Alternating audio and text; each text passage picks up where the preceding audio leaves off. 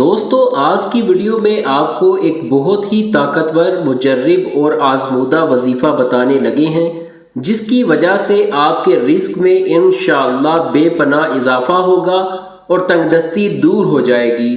بے شک بحیثیت مسلمان ہمارا یہ ایمان ہے کہ اللہ پاک کے پاک کلام میں بڑی طاقت ہے، اس لیے آپ نے اللہ پاک پہ کامل یقین رکھ کے صدقے دل سے یہ وظیفہ پڑھنا ہے۔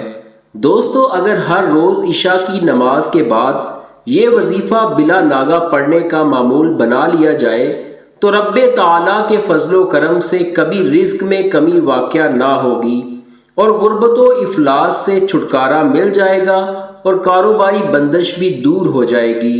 اب دوستو آپ کو وظیفہ بتاتے ہیں، لیکن اس سے پہلے آپ سے چھوٹی سی گزارش ہے کہ نیکی کے اس کام میں آپ بھی ہمارا ساتھ دیں، چینل کو سبسکرائب کر دیں اور ویڈیو کو لائک کر دیں۔